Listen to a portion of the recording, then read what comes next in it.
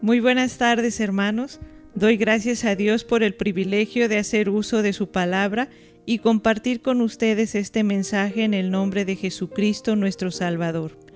Estamos viviendo tiempos insólitos, difíciles. Para algunos de nosotros están sucediendo cosas que nunca habíamos imaginado, escuchado y menos vivido. A inicios de esta pandemia, cuando comenzó la cuarentena, parecía que todos encontraban la razón de ser de esta pandemia. Según algunas personas, la pandemia llegó al mundo para que éste encontrara su equilibrio. La naturaleza descansara de la depredadora mano del hombre. Las personas pasaran más tiempo en su casa, con su familia. Dejáramos de consumir desmedidamente. Que retomáramos algunos principios básicos de higiene y convivencia. Pasáramos menos tiempo en la oficina y otras cosas más. A medida que transcurrió el tiempo, se prolongaron los días de resguardo domiciliario. Empezaron a cambiar las cosas. La convivencia con la familia se tornó en discusiones por falta de tolerancia. Nos trajimos el trabajo de la oficina a la casa.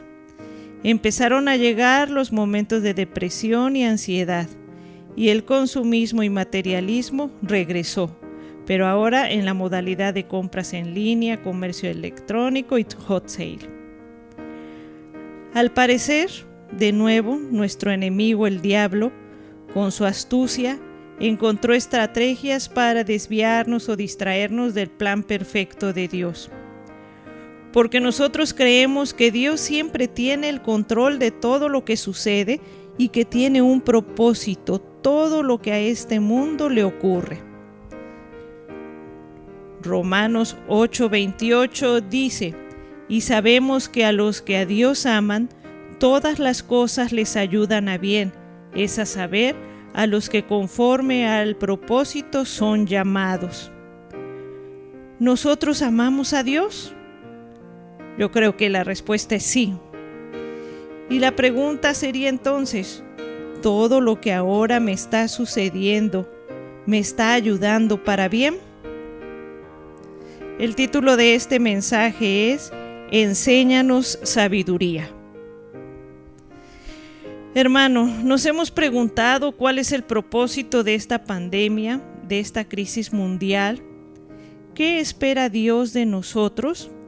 No solo se trata de saber ¿cómo espera Dios que reaccionemos ante la pandemia? Que puede ser con paciencia, con fe, con esperanza. Sino se trata de preguntarnos ¿qué espera Dios que aprendamos de este proceso difícil? ¿Cómo quiere que seamos después de este proceso? Y de cualquier otro problema o crisis o enfermedad que estemos sufriendo.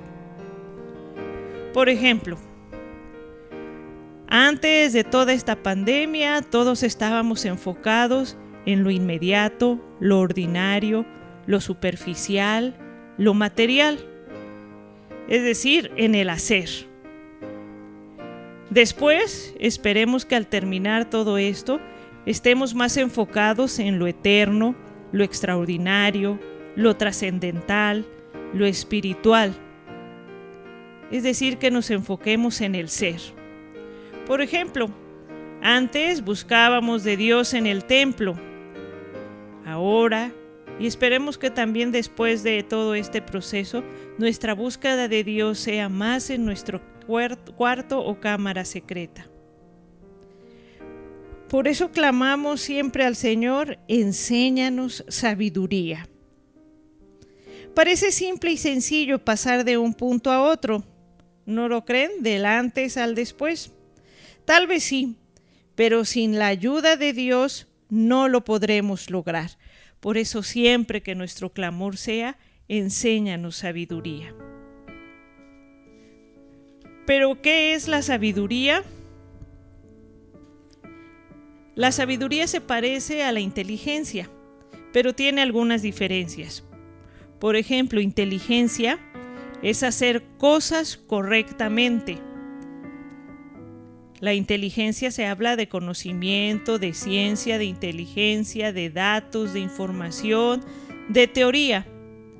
La sabiduría se refiere a hacer las cosas correctas, tener una actitud diferente ante la vida. Se habla de crecimiento, serenidad y armonía. Inteligencia, cuando hablamos de inteligencia, tiene que ver con la razón. Cuando hablamos de sabiduría, tiene que ver la razón más el corazón. Eclesiastés 12:12 dice: el mucho estudio, aflicción es de la carne.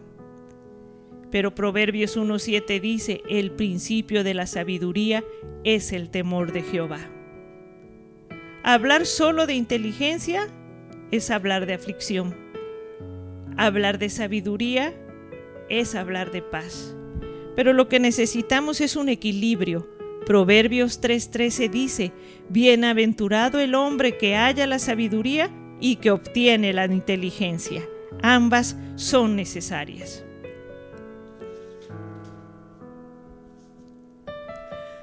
¿Por qué conviene la sabiduría?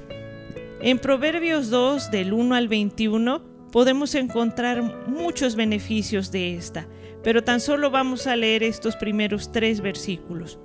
Cuando la sabiduría entrare en tu corazón y la ciencia fuere dulce a tu alma, el consejo te guardará, te preservará la inteligencia, para librarte del mal camino de los hombres que hablan perversidades. Señor, enséñanos sabiduría. La base bíblica en que se basó este mensaje, en San Juan 9, del 1 al 3, dice: y pasando Jesús vio un hombre ciego desde su nacimiento, y preguntáronle sus discípulos diciendo: Rabí, ¿quién pecó, este o sus padres, para que naciese ciego? Respondió Jesús: ni este pecó, ni sus padres, mas para que las obras de Dios se manifiesten en él. Al parecer es una tendencia humana buscar las causas y los culpables. Es más fácil criticar que dar consejo sabio o callar. Algo parecido pasó con Job y sus amigos. Los amigos buscaban las causas de todos los males y el sufrimiento por el que pasaba Job, y nunca repararon en el propósito del sufrimiento, el propósito de la prueba o el problema. La capacidad humana es limitada, y por eso nos unimos al apóstol Pablo y nos expresamos así: oh profundidad de las riquezas de la sabiduría y de la ciencia de Dios, cuán incomprensibles son sus juicios e inescrutables sus caminos. Señor, enséñanos sabiduría. ¿Para qué necesitamos la sabiduría? En tiempos de prueba, de crisis, de enfermedad, de problemas o de pandemia, no se trata solo de esperar con paciencia que pase la prueba, que pase la pandemia, que pase la crisis o la enfermedad. No es una espera pasiva, mucho menos una espera con críticas, reclamos o reproches, y mucho menos hacia Dios. Dios quiere que aprendamos, que crezcamos, que a través de todos estos procesos podamos convertirlos en una oportunidad. Una oportunidad para renovarnos, para sensibilizarnos, para mejorar, para valorar, para adquirir sabiduría. ¿Y cómo podemos adquirir sabiduría? Bueno, pues para que se nos facilite podemos recordar la fórmula de las 3 C. Conexión con Dios. Necesitamos mayor comunicación y conexión con Dios. Conocimiento bíblico. Requerimos acercarnos más a la palabra de Dios y leerla. Capacidad espiritual. Pedirle a Dios que nuestros sentidos espirituales sean abiertos, que puedan ser agudizados nuestros sentidos espirituales para estar atentos y escuchar la voz de Dios, poder ver todas sus maravillas, sentirle cada día. ¿Por qué muchos no aprendemos a través de las experiencias de vida? Hay violencia intrafamiliar, ya se habla ahora después de un tiempo de la pandemia, de divorcios, de separaciones, hay problemas, depresión, ansiedad y muchas otras cosas que han surgido. Pareciera que no estamos aprendiendo la lección. ¿Cómo podríamos entonces sacar el mayor provecho a estos procesos difíciles de pruebas, de problemas? Por ejemplo, hay una línea que está separando al esposo con la esposa, una línea de separación entre los padres y los hijos.